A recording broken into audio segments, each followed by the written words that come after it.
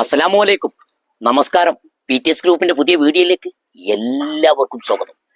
ഞാൻ റെയിൽവേ സ്റ്റേഷന്റെ നേരെ ഫ്രണ്ട് ഭാഗത്താണ് നിൽക്കുന്നത്. അതിമനോഹരമായ 10 സെന്റ് റിക്കാർഡിലുണ്ട്. പക്ഷെ ഇതൊരു 9.5 സെന്റുകൾ കൂട്ടിയാൽ മതി.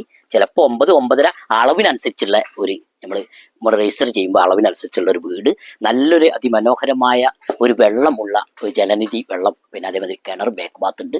നല്ലൊരു വീട് തന്നെ നമുക്ക് പറയാം. വീട് നമുക്ക് വണ്ടി ബസ് റൂട്ട് റോഡിൽ നിന്ന് ആകെ ഇതിക്ക് ഒരു 100 മീറ്റർ തന്നെ നമുക്ക് പറയാനുള്ളൂ.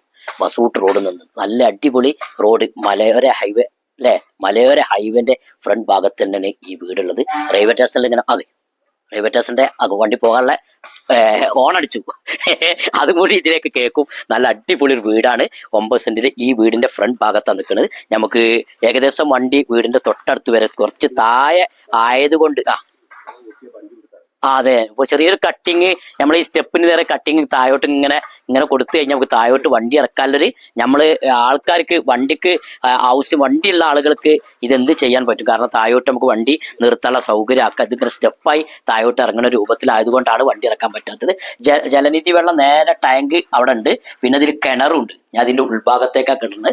ഒരു വീട് കിട്ടുന്നെങ്കിൽ ആഗ്രഹിക്കുന്ന, അതും ടൗൺ ഏരിയയിൽ വീട്, അതെ വെല്ലടിച്ചു, വീട്ടിലേക്ക് കയറുമ്പോൾ തന്നെ എല്ലാ സാധനങ്ങളും ഒരു വന്ന് കടക്ക് ഇരിക്കാനുള്ള സൗകര്യങ്ങളുണ്ട്. പിന്നെ പുറത്തേക്ക് നമുക്ക് നല്ല ചൂടൊന്നും ഇല്ലാതിരിക്കാൻ വേണ്ടി ഒരു ലൈറ്റ് കിട്ടാൻ വേണ്ടി ഗ്രില്ല് കൊടുത്തിട്ടുണ്ട്.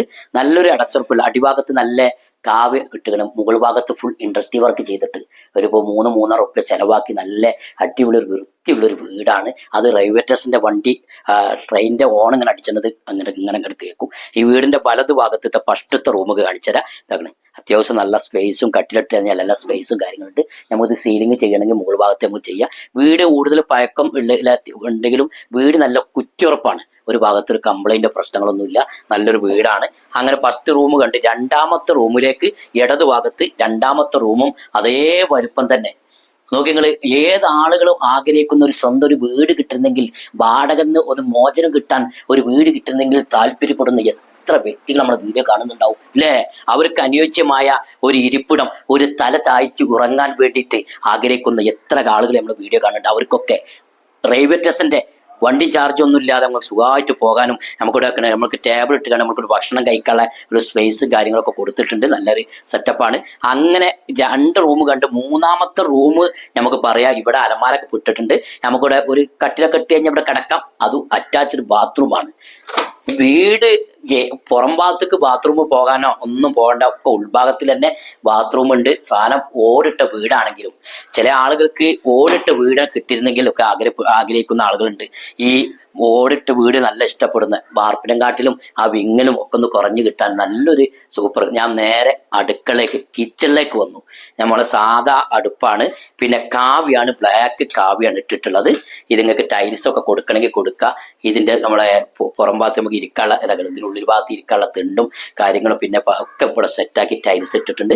പിന്നെ അടുപ്പ്, ഗ്യാസ് വെക്കാനുള്ള സൗകര്യങ്ങളും മുകൾ ഭാഗത്ത് എല്ലാ ഭാഗത്തും ഇൻഡസ്ട്രി വർക്ക് ചെയ്തിട്ടുണ്ട് കേട്ടോ. നമുക്ക് നോക്കട്ടെ, മോട്ടർ വെള്ളം അടിക്കാനുള്ള ഇത് ഇവിടെ തന്നെ സെറ്റായി സ്വിച്ചും കാര്യങ്ങളൊക്കെ എടുത്ത് പാത്രം കൈകളുള്ള സൗകര്യങ്ങൾ. ഇങ്ങനെ ഭാഗത്തോട്ട് വന്ന് അവിടെ ഒരു ബാത്റൂം അവിടെ പുറം ഭാഗത്ത് കാണുന്നുണ്ട്. ഇത് തെങ്ങുണ്ട് കേട്ടോ.